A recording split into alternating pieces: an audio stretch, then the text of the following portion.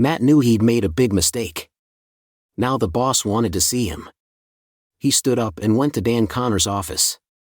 His mind was racing. There was no way Dan could have found out. As the accountant and general manager, Matt was the only one who looked at the company's transactions. At the end of each month, all the accounts were balanced. Matt was sweating and feeling sick as he knocked on the door. He reminded himself there was no way Dan ever checked the detailed accounts unless there was an obvious discrepancy. Matt was always more concerned about his designer suits, fast cars, and chasing women. Dan looked serious and nodded at the seat as Matt entered. Matt's illusion of safety was shattered immediately. "So I guess the question I need to ask is just how long have you been stealing from me?" Matt's head began spinning. He had no idea what Dan was talking about. His denials continued until Dan produced the transaction logs, which proved that a significant amount of money had spent some time in one of Matt's personal accounts before being paid back to the company. Dan knew the facade was over. He was caught red-handed. "I'm really sorry, Dan. I just needed a short-term loan. I took out a short-term loan until the bridging company came through, otherwise we would have lost the new house Susan had set her heart on. I never stole it. I paid it back as soon as I could and before the end of the month. I don't know what they will classify it as, Matt theft or fraud. Either way, you could be looking at jail time. Even without that, you're looking at losing your job. I can't possibly trust you after this," Dan replied. "Please give me a chance." It was a moment of madness. "I've worked for the company for almost 20 years and have never thought of doing anything like this before and wouldn't do it again," Matt answered. Dan stood and looked out the window, seemingly in deep contemplation. "You and Susan have been my friends for a long time. I guess that makes this all the more disappointing. Did Susan know you did?" Matt was taken aback by the question. He thought back to the incident and realized that it was actually Susan's idea. She was so desperate to keep the house that she suggested it. Matt was convinced that no one could ever find out. He considered that Susan might mean that Dan didn't report it to the police. However, he didn't want to implicate her. After a long pause, he said, "No, she didn't. It was my idea." Dan seemed surprised by Matt's response. "Matt, I need time to think this through. I'm not sure what to do for the best. I'll let you go home for now. Don't come back in the rest of the week. I'll make a decision on Friday." On his way home, Matt couldn't figure out how Dan had found out. No one ever looked at the transactions, and Dan certainly didn't. His primary concern was about which option Dan would choose. None of them were appealing. It was a very appealing option, but the shame of a court case and time in prison left him in a blind panic. He knew Susan wouldn't be expecting him. As he approached, he looked at their new home and deeply regretted buying it in the first place. He suddenly recalled all those stories where a guy comes home early to find his wife having an affair. Wouldn't that just cap off a perfect day? Thankfully, that wasn't going to happen. Susan was her usual self as he walked into the kitchen, bright, sunny, and fully clothed. He marveled at her beauty, just shy of her 40th birthday.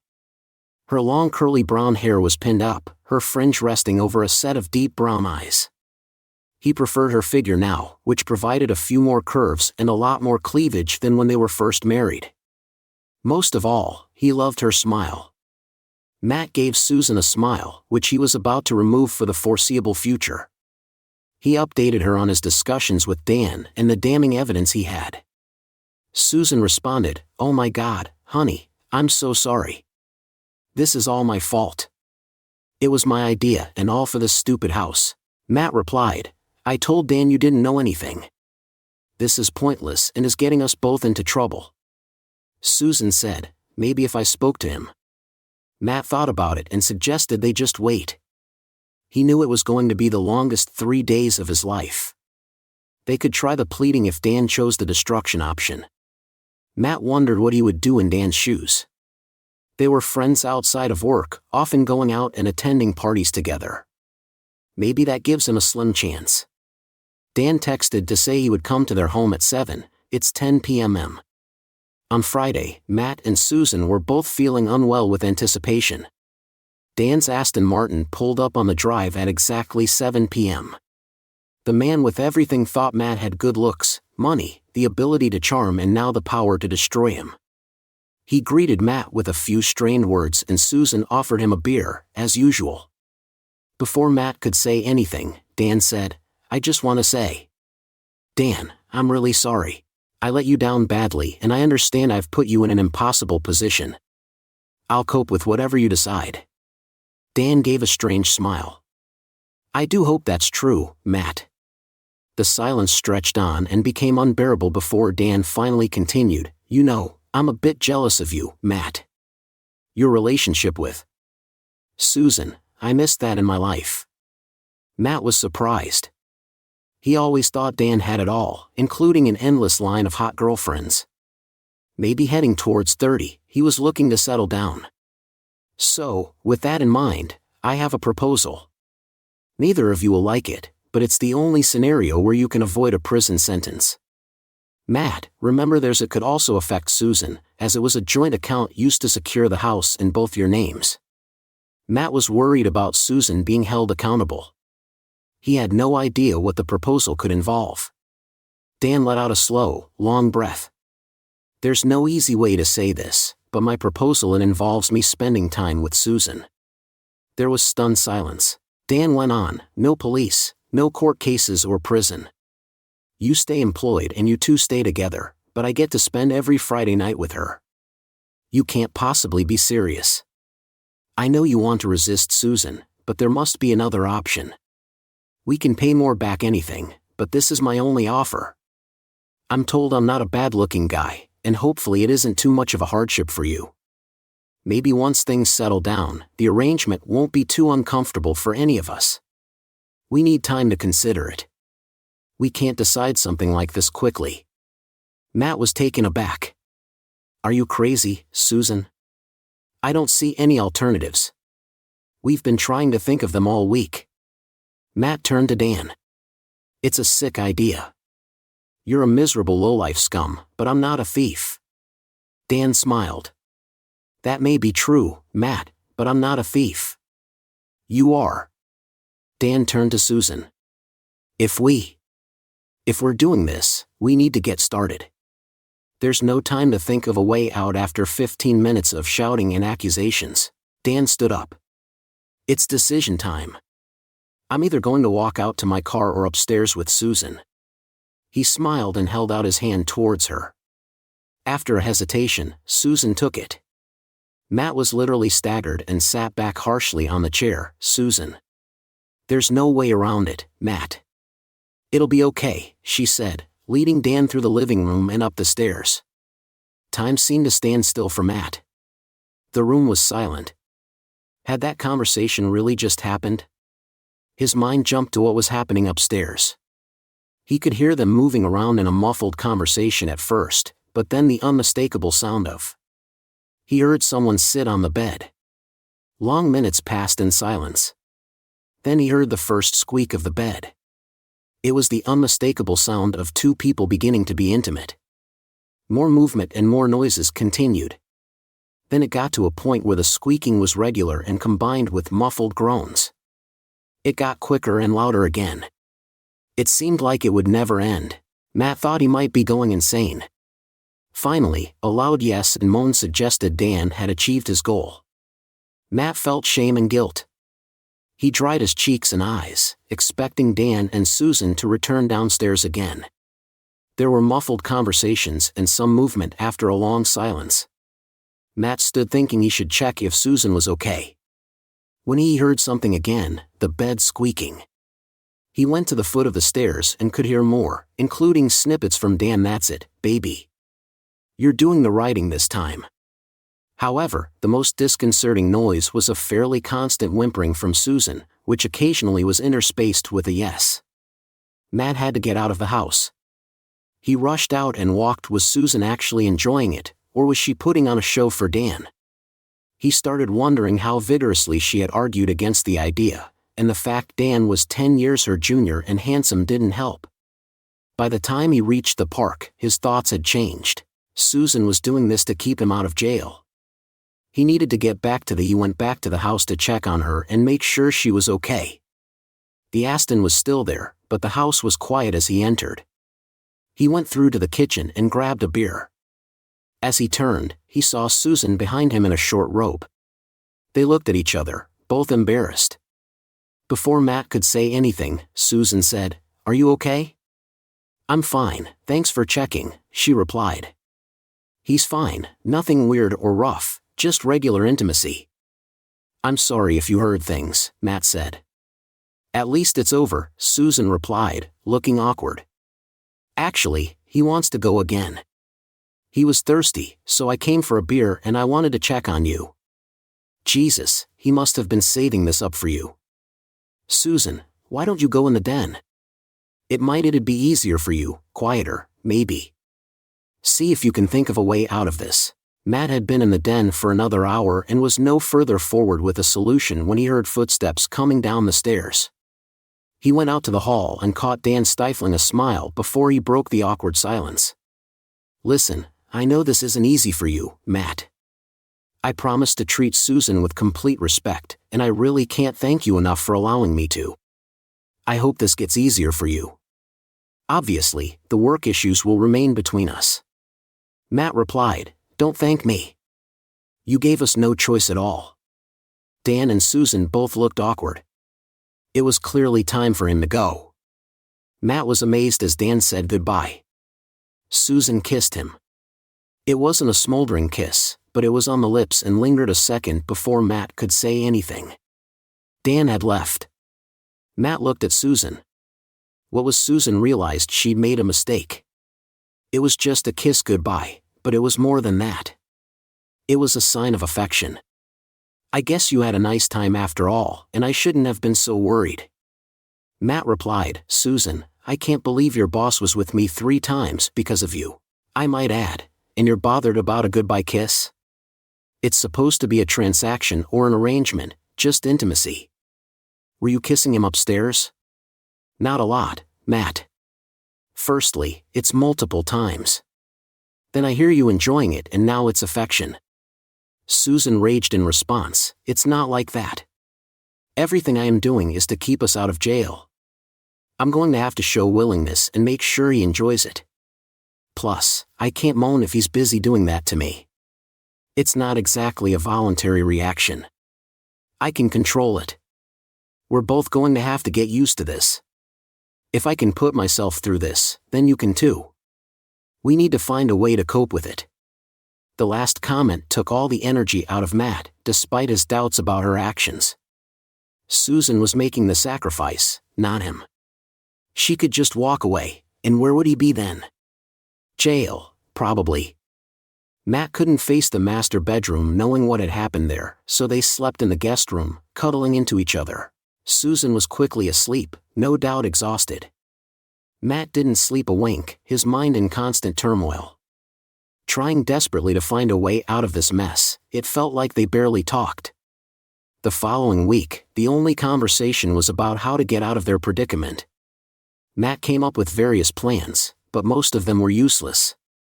Even when he did think of a viable solution, Dan seemed to preempt him. One of these included the idea of destroying all of the evidence. However, Matt soon found out that Dan had removed his access to the backups and stated he'd backed up all the Matt was also dealing with the financials, which were being moved to a new, secure cloud system. The following Friday was fast approaching, and Dan had texted to say he was taking Susan out for a meal. Matt wasn't sure if it was easier. On the one hand, a date felt more like a relationship. On the other, it meant less time with Susan. As it turned out, he got the worst of both options. Susan seemed very subdued about the date idea. But Matt got ready. He thought she made a little too much effort and looked a little too good when Dan arrived to pick her up. He watched her in a little black dress and slingback heels, being assisted into Dan's Aston Martin, and it was heartbreaking. The evening that followed was worse. He sent multiple texts to Susan asking if she was okay. Each time he got a short response saying she was fine, just having a meal or just having drinks. They eventually returned at 10. p.m., Dan had his arm around Susan as they entered. They were both laughing and seemed in a good mood. Matt glared again. Susan seemed to be having all too good a time and was quite drunk. We never agreed this would be dates. Matt muttered, Dan, reply. Dan replied, relax. Matt, it was just dinner and drinks between friends. If this is going to be awkward, maybe we'd better go straight up. Matt saw what he meant. So I'll be sleeping with Susan. I'm sure you can manage in the spare room, drunk or not. Susan recognized the tension and thought Matt was going to attack Dan. She guided him into the kitchen and whispered, it'll be okay, hon. I'll quickly sort him out and then pretend to go to sleep. She reminded Matt that they didn't have any choices. Matt retreated to the den with an overwhelming sense of impotence. He heard them go upstairs, Susan giggling, which he hoped was an act for Dan, but he couldn't help but wonder if the Matt was so tired he could barely think straight. He finally went to sleep in the spare room. Every time he woke up, he heard the bed squeaking down the hall. When he went downstairs in the morning, Dan was already sitting at the table, and Susan was making breakfast. Matt had had enough. It wasn't Friday, and his time was up. Susan started, there's no need to be rude, Matt. We can be civil. You interrupted, and you've got 10 seconds to get out. Dan looked like he was about to argue but stood to leave as he went out the door. He reminded Matt not to forget what he is writing on this. Matt turned to Susan, making him breakfast. Really, you have got to be kidding. Why don't you just move him in? You're more his wife than mine now. He stormed out before she could even think about a reply. For the third Friday, Dan suggested they spend the night at a hotel to prevent any further confrontation with Matt. Susan left at 6:10 to midnight. Dressed casually, which she thought would be easier on Matt. The plan was to change to the hotel room and Dan would meet her in the restaurant. She was a little taken aback by the opulence of the hotel. Her casual clothing didn't fit in. She collected a key for the she'd booked a room, but when she got there it was a suite. There were flowers on the side table and 2 gift-wrapped boxes on the bed. She opened the larger box to find an expensive, glamorous silver satin dress with a halter neck and thigh split. The second box had a red satin basque, matching thong and luxurious black seam stockings. She hesitated, but thought there was no harm in trying them on. Amazingly, they all fitted perfectly and she felt really good in them. She decided to keep them on and went down to the Dan met her at the restaurant. He was blown away by how stunning Susan looked. The following dinner and wine were exquisite. The atmosphere was highly charged.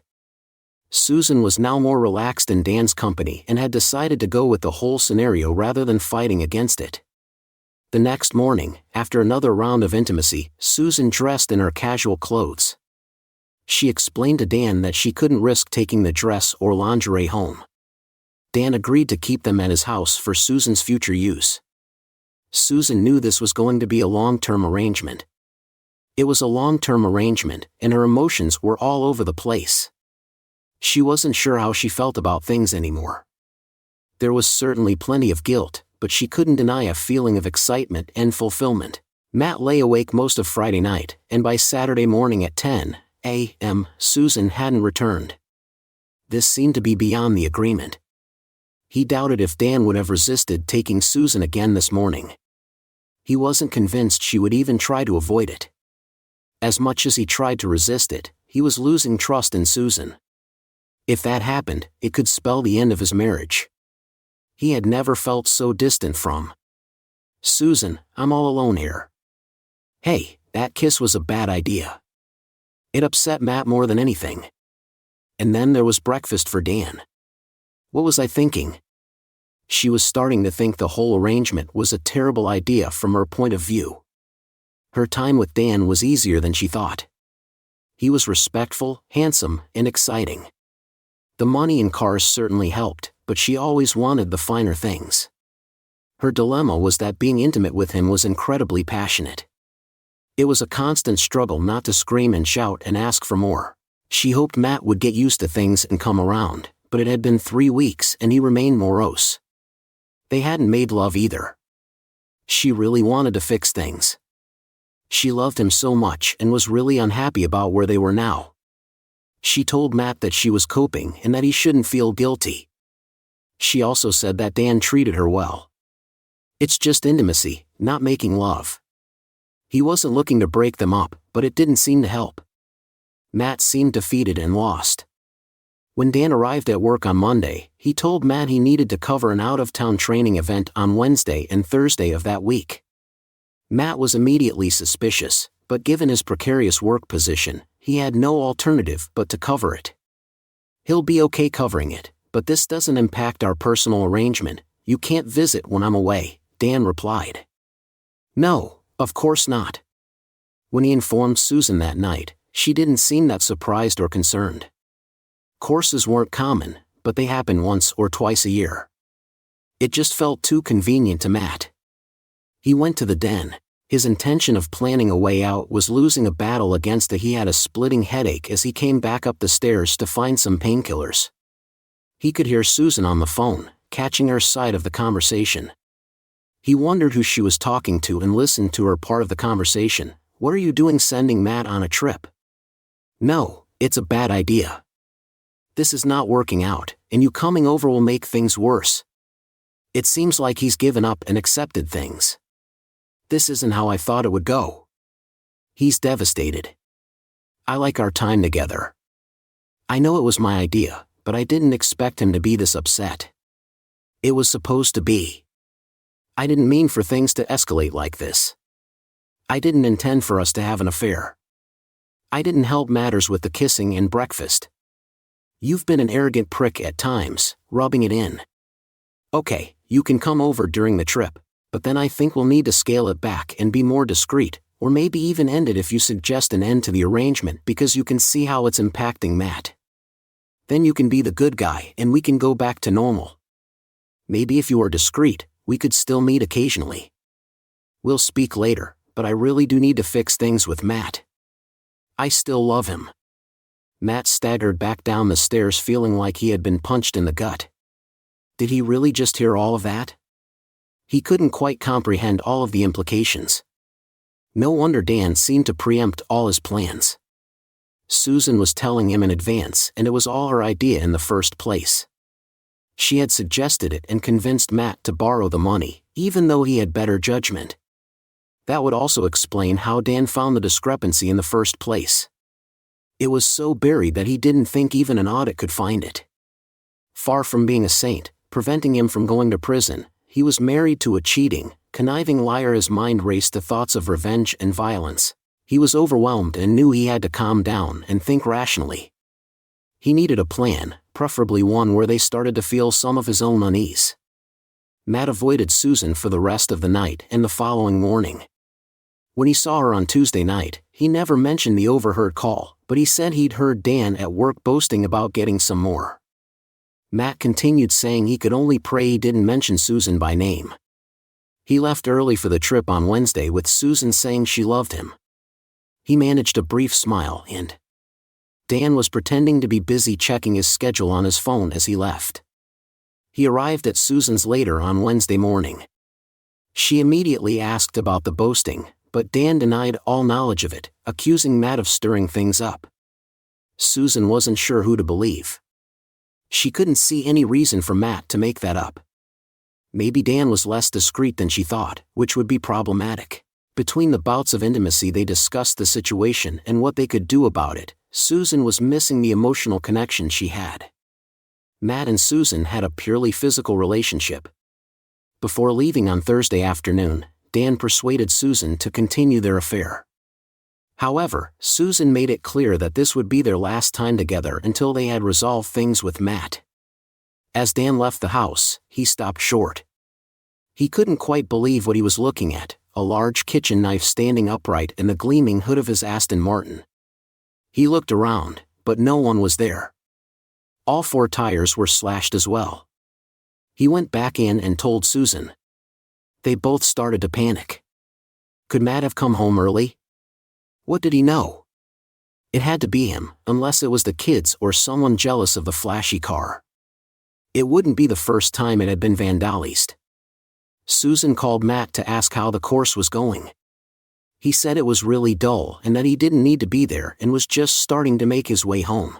He sounded calm and never asked about Dan. Susan said she couldn't wait to see him and finish the call. She recited the conversation to Dan, saying he didn't sound upset, maybe. It was just some kids after all. Either way, they needed to get it towed before Matt got home, which caused some frantic calls and costly fees. Things seemed normal when Matt returned on Thursday night. Susan tiptoed around him, playing the beautiful wife.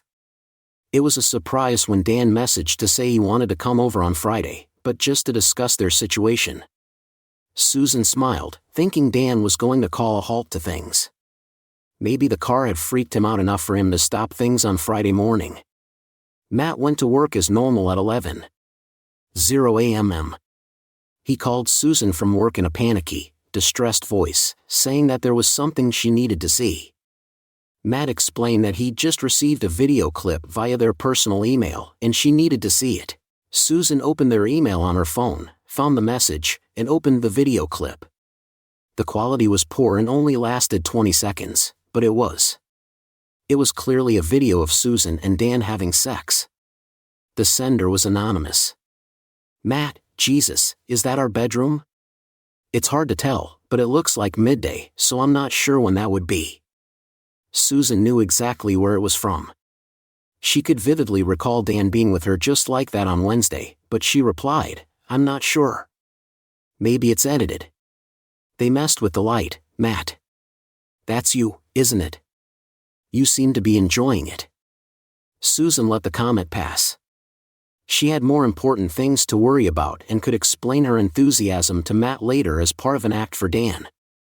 Matt went on, what's Dan playing at? Is that what he wanted to discuss tonight? Is this just another form of torture? You didn't fall. Did you tell him to leave or threaten him? Susan said she hadn't, but then remembered telling Dan she was going to stop things. Maybe he reacted badly and intended to use the video to keep things going. He must have set up a video at some point. He had plenty of opportunity to do so over the 2 days. Matt said Dan wasn't at work, so he couldn't ask him. Susan really wanted to get in touch with him and was still hoping to cover what they'd done over the last few days. Susan's phone pinged with a call me out message. It was her sister Diane. She told Matt she'd better answer it, hoping it would give her some time to think. She ended the call with Matt and called Diane, who was waiting for her. Susan was met with a flurry of questions and expletives when Diane finally paused for breath. She managed to establish that her sister had received the same video clip. Her phone had been bleeping with attempted calls from most of her close friends and even her mom. It was a disaster. There was no way Matt would do this to her. It had to be Dan. Susan was furious. She tried calling Dan repeatedly but couldn't get a reply. The reason she couldn't contact Dan was that Matt had picked his phone up at work whilst he was in a conference meeting. He threw the battery in the bin and kept the handset and SIM card. He also left an envelope on Dan's desk before making the call about the video. Matt enjoyed watching his wife's distress and confusion. She was upset that her mother would have seen the clip and that her family and friends would think she was having an affair. Matt made various suggestions on how to limit the damage. Susan was still not admitting to Dan that she had seen the clip, even though she was confused about when it could have been taken. How had things gone so wrong? She had never thought about having an affair until she had got drunk at a party and flirted with Dan a bit too much. He was good-looking, engaging and obviously interested after that. Over the past few weeks, he had been on her mind a lot. She convinced herself that she deserved some excitement, but she wouldn't risk her marriage to Matt. She had seen a friend's marriage end after a similar affair was discovered, but she had always been smart and thought her plan was a clever way to avoid all the pitfalls of an affair being discovered. I mean, how could Matt discover something he already knew about? Figuring out the details was a challenge, but it was all part of the excitement from her perspective. It was a great arrangement, but she had never fully considered the impact on Matt. Now she was in a world of pain. Everyone liked Matt and would know she had cheated on him. She was dreading trying to explain. To explain her way out of things, she had to come up with a story that would make it seem like Matt didn't know about her having sex with Dan. But as long as she could convince Matt this wasn't her fault, it didn't matter. Dan screeched tires as he arrived at Matt and Susan's home. Susan greeted him, trying to attack him. Matt didn't stop her, noting an impressive scratch mark across his cheek. Eventually, Dan managed to pin Susan against a wall long enough to speak. He'd heard about the video but insisted he hadn't taken or sent it. Susan fumed, "But if it wasn't you, then who?" Matt started laughing. "I guess that would be me." Susan and Dan looked dumb. "It was Dan who caught on first, so you worked out about us meeting." "This week, Matt, I did." Susan started to try and justify it as a continuation of the arrangement. It was Dan who caught the full implications of the video. He knew they had discussed the whole situation and suspected Matt had it all taped. He tried to do some damage limitation. "I'm really sorry, Matt. I just couldn't resist." "Susan, I never meant this to. I'm really sorry, Matt. I made a mistake and got carried away. I'll end the arrangement and overlook the financial irregularity." "Ah, that's so good of you, but it's all a bit too late. I'm afraid you'll find my resignation on your desk." Susan piped in, "You can't, Matt. How will we pay for the house? It's going up for sale tomorrow, Matt. There's no need for you to worry about that. We can put this behind us. I really need you at the firm. You know the business and the clients inside out. It's a week-long notice period, so I won't be back." Dan's fake smile faded, and Matt continued, "I suspect a good few of the workforce will be on their way as well. I told them I was leaving, and most don't seem to think you have what it takes to keep the company going. Dan, you need to think this through. Matt, you can still go to prison." "Oh, I don't think so. Would you want to implicate your lover? She received half of the. Anyway, you've got to face it, you've been committing fraud.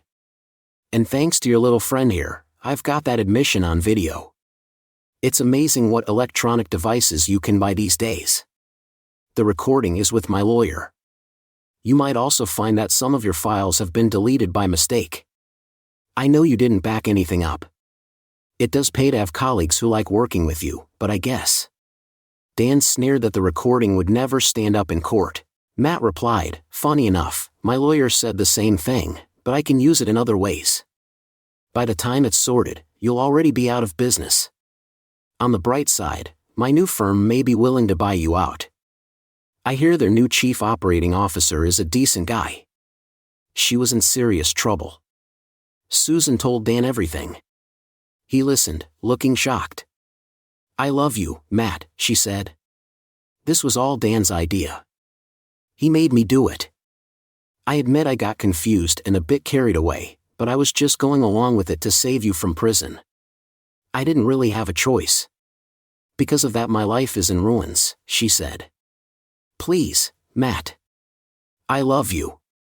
Dan was quiet for a moment. Matt smiled at the apt description. "You're overlooking the fact that I overheard you on the phone admitting this was all your idea.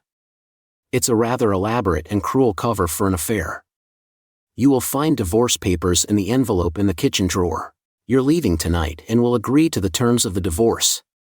More of those video clips might find their way to family and friends. Matt was pretty sure his mom would love to hear that not only was he a cheating scoundrel, but the extent to which he'd plotted and blackmailed Susan." He looked at Dan and said, "Do you want to take her with you?" Dan said, "Not a chance. She's more trouble than she's worth." Matt said, "Well, that's true." Dan said, "I don't know about that." Matt said, "I do." He swung at Dan. He wasn't sure who was more surprised as his fist crunched squarely into Dan's jaw. He knocked him out on the spot. "It's over now." Matt had listened to the recording over and over. Most of it was painful, but he liked the part where Dan and Susan were worried if he'd found out and gone insane.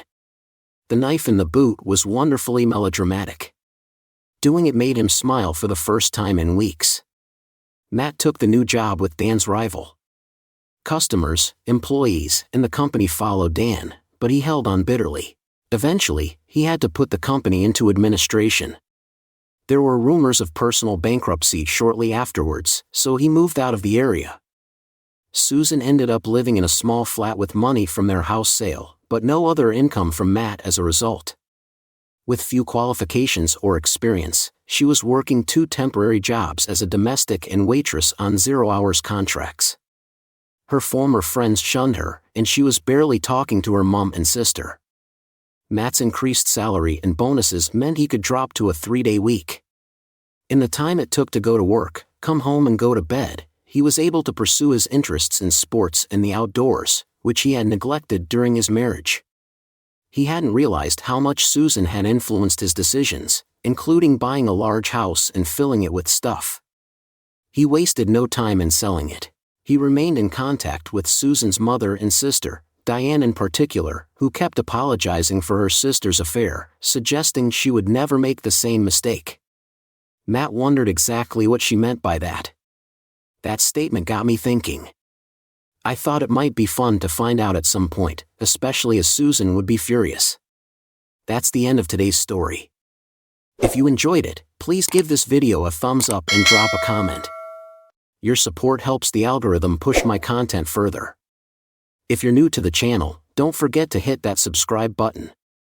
It really helps me keep creating more stories for you. Thanks for watching. I'll see you in the next one.